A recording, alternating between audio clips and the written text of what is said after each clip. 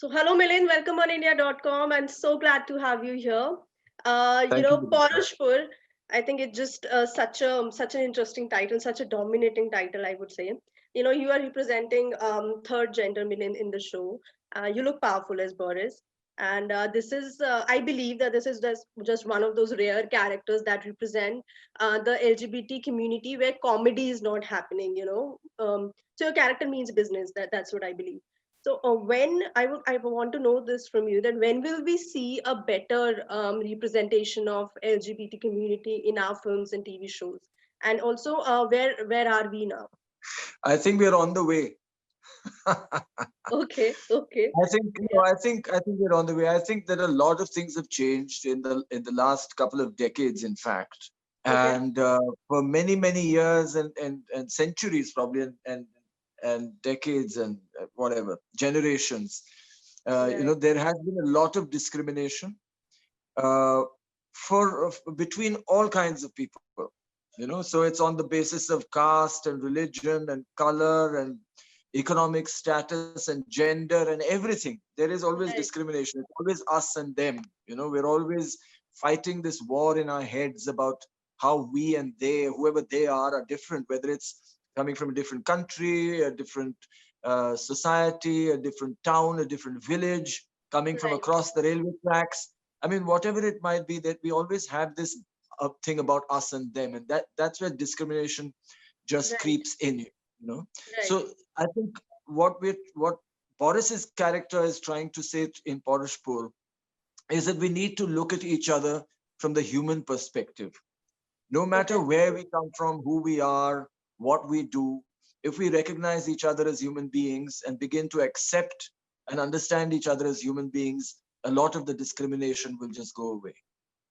So right, he feels that himself. I'm sure he probably didn't notice the discrimination that was present against women per se, because again, maybe we are also numbed to so much discrimination. We don't even notice sometimes when there is right, discrimination happening. right, And maybe the same with him, but he's in a unique situation where he is a eunuch, and in Paurashpur he's the only one. We don't see any other character who's a eunuch. So right, sees that he doesn't have the kind of respect or the kind of status or the kind of acceptance in society, then he begins to see the injustice and the discrimination which is against other people and other communities and the female gender. And he right, begins to fight. He wants to fight for that recognition and that respect and that acceptance. right, So that's how his character is, and that's how we've approached it. We haven't really approached it from, like you said, there is a stereotype right, in most absolutely, of the presentations when it comes to eunuchs or any other gender apart from the two. And we've tried to stay away from that. So we approach Boris as a human being, as a person. Okay, right, he is a right, eunuch. He likes to dress in a certain way, but we approach him as a human being with his own dreams, his own desires, and all of that. So we in fact we consciously try to stay away from any particular mannerisms or any particular body language or particular way of dressing as well. So he's more right, fluid in his dressing sense. He doesn't right, wear what you expect. It's his, right, it's his, it's really a whim. He's a creative. It's like he's a creative person and he just wears what he wants. He's gender right, fluid. Of course, mm-hmm, he's a eunuch, but in his expression, he's gender fluid. mm-hmm, mm-hmm. So I mean, So those Milind, stereotypes are something that we consciously stayed away from. yeah, yeah, yeah. And now that you are, yourself saying that, it's been the third gender has been stereotyped so badly within our industry. Yeah. I also find that, there's this a bit of a scary representation of the gender, like this character has to be, overtly dramatic most of the times. It has to be loud, it always have to wear a giant red bindi or, scream in most scenes to prove the point. So do you think that industry has also tried to just build a sort of scare around third gender in its representation? Not particularly. I don't think they've tried to do anything. In fact, in most cases, like if you see a film like The Square Circle, which had Sonali Kulkarni and Nirmal Pandey in it. And this film was made about 30 years ago, 25 or 30 years ago. Um, again, the treatment of that character was beautiful. He was a person. It was a person. There was nothing overt, no stereotyping, no typecasting, nothing. You just see Nirmal Pandey as a person first, as a human being first, rather than anything else. In a situation, and how he deals with that situation. But what has happened mostly is we don't go to that depths to explore people as human beings. We want, and not just when it comes to the third gender or other genders. When it comes to any character, sometimes the stereotyping is so much, and the typecasting is so much that we lose that human element. We look at only the entertainment value or the drama, and all of that, and we don't see them as human beings. So I'm sure there are, like I mentioned, Square Circle. There are examples where there has been a more sensitive portrayal of a human being, and we've tried to do that in Paurushpur as well with Boris. Right, right. So, Milind, I heard you talking in an interview where you were saying that you are used to do things and take up projects, say whether in the fashion world or in the movies that nobody else takes. So I want to know from you, is it the first time where have you been asked to play a trans person, or if you were you asked to play, say, a homosexual person before? Yes, of course. I mean, I have. So, like I said, that I've been asked to play characters that nobody else would do in fashion. I Right, definitely knew that there were clothes sometimes that designers would make, and even models would sometimes be a little hesitant to wear those male models, hesitant to wear those clothes. But I have done it, and I loved experimenting all the time, and even right, in as an actor.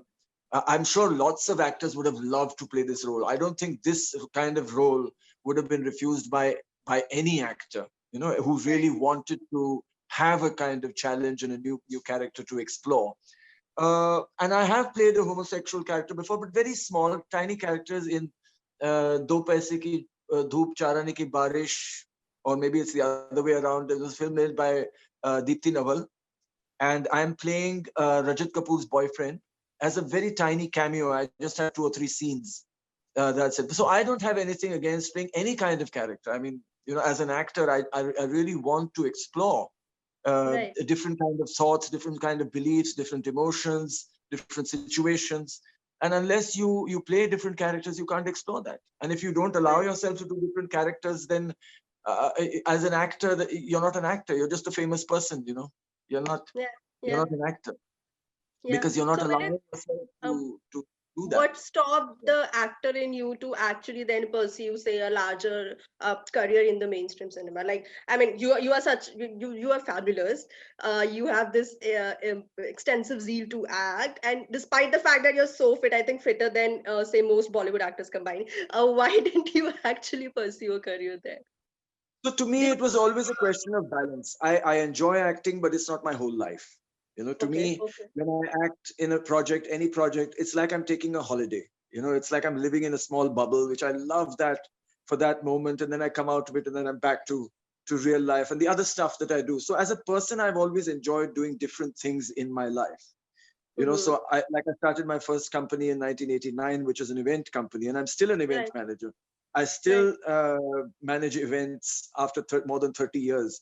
So there are right, so many experiences that maybe I wouldn't have been able to have if I had become a full-time actor or that popular, I would say, an actor in mainstream movies where I mm, can't even walk around on the street. I can't meet people that I want to. I can't collaborate with people in different areas. Even now, I feel, the way people talk to me, the way people meet me is like I'm not a real person, even now. So if I was more than that, then you can imagine the restriction. So to me, wherever you try to create a balance, there is more freedom. Too much of something will always restrict you. You know, mm, and people normally don't understand that. So many people have said the same thing to me. They said you could have become the biggest, actor in India, and you're so good looking, and you're so this, and you're so I'm that. sure. I can But I imagine. didn't. Yes. I'm saying I didn't want it. There is an amount of fame and adulation and money that is enough. And I know it's not easy to understand that, and nobody, even my friends, don't understand it. But to me, it's always been about that, to being able to do whatever I want and whenever I want it, and sometimes too much of something restricts you. Right, right. I think that's fair, Milind. Okay, hear this out, Milind.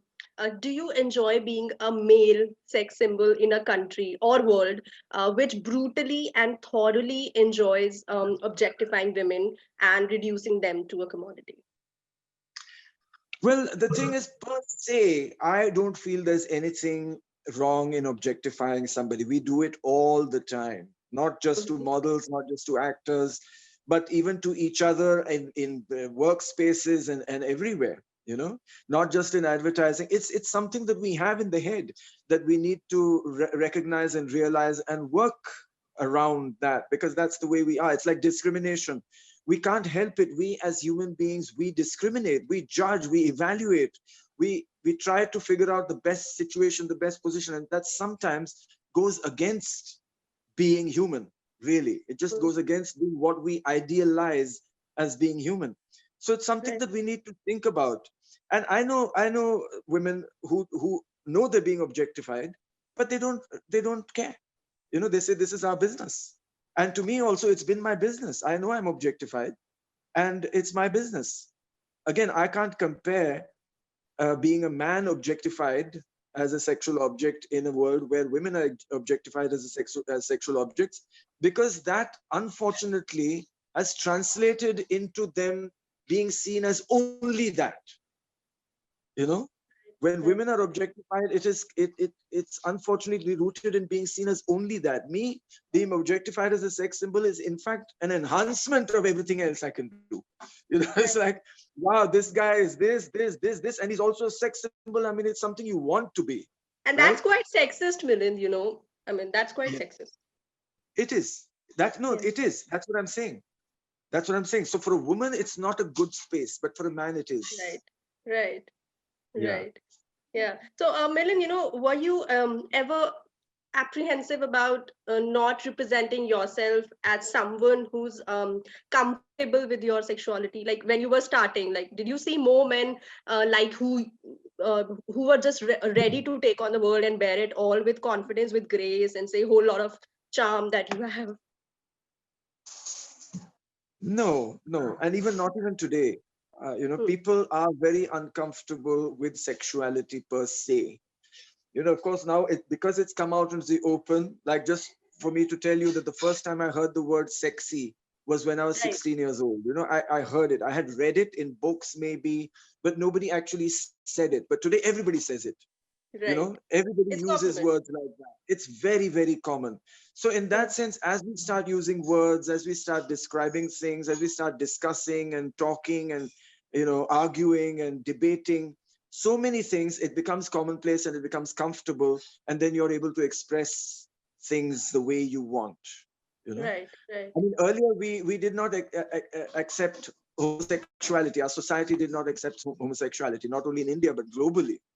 But now more and more and more we begin to realize that it's not a wrong thing. It's a beautiful thing. It's two people loving each other and all of that.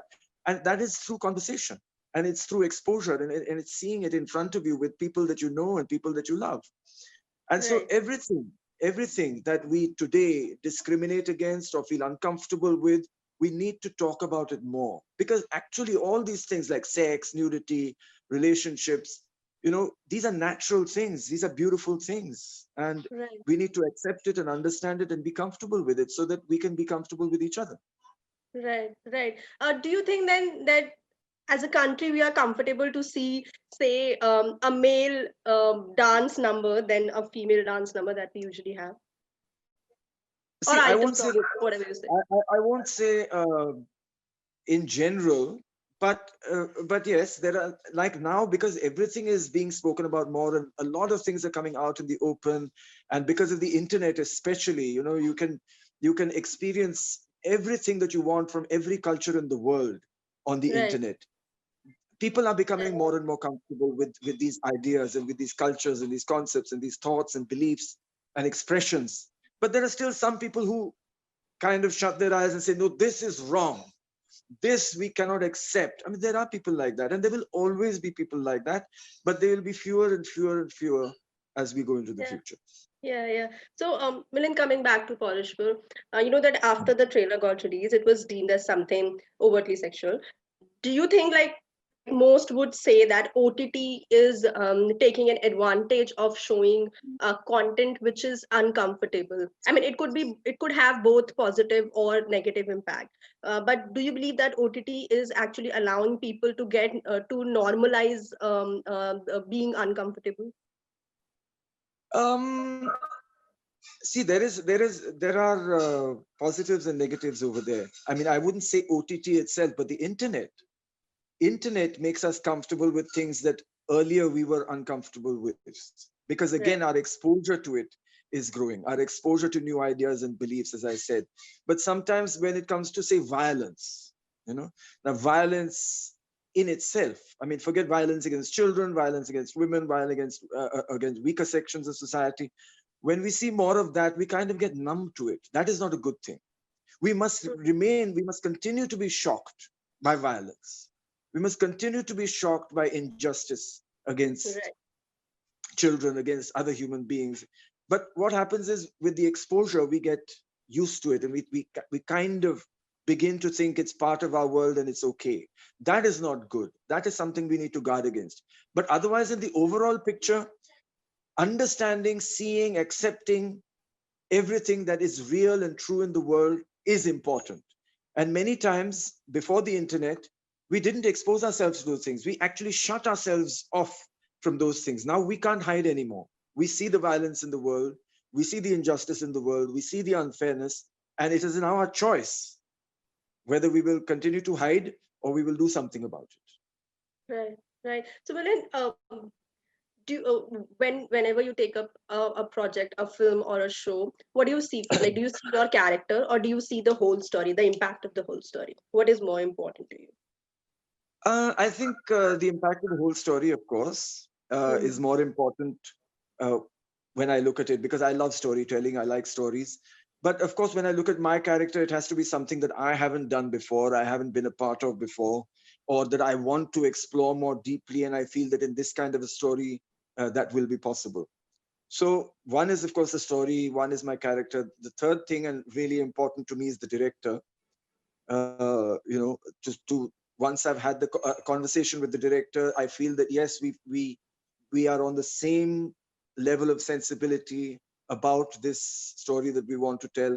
These are the three Right. things to me that are very important.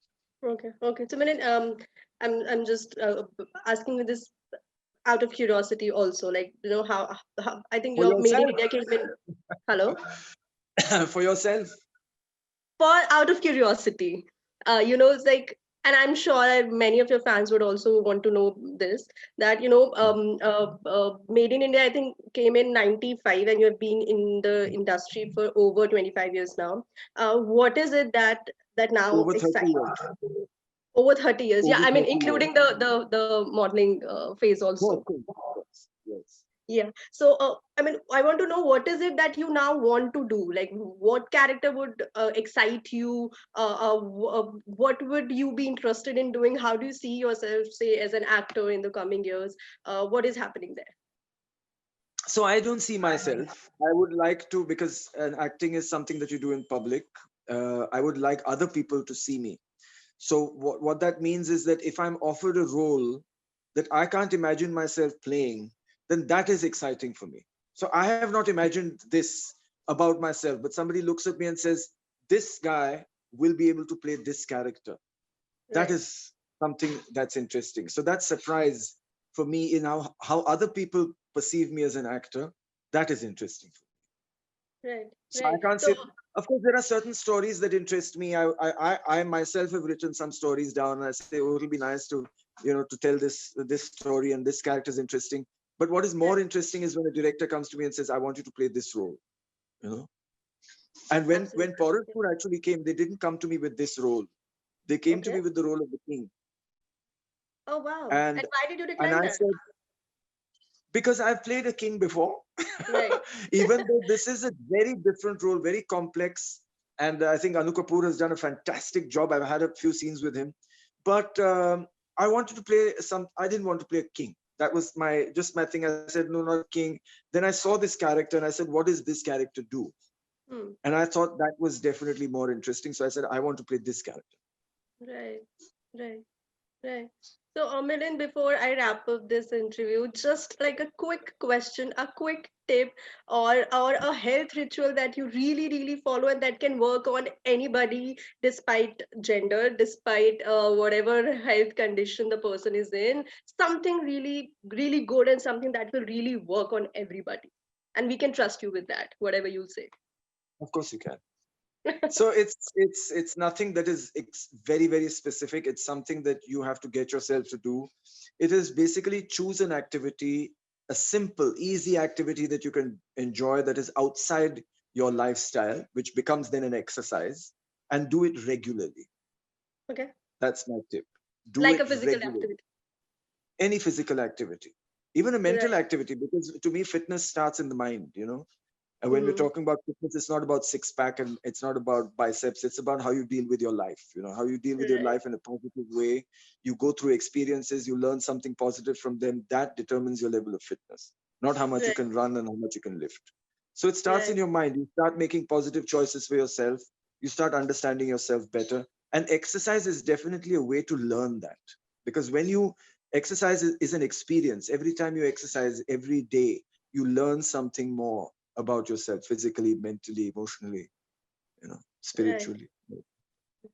Yeah, yeah, absolutely, absolutely. Thank you so much for talking to us, Milind. And there's some this fabulous work that you're doing, inspiring the entire country to just get fit every Thank day. So thank you so you. very much. Thank you. Thanks, Vinita.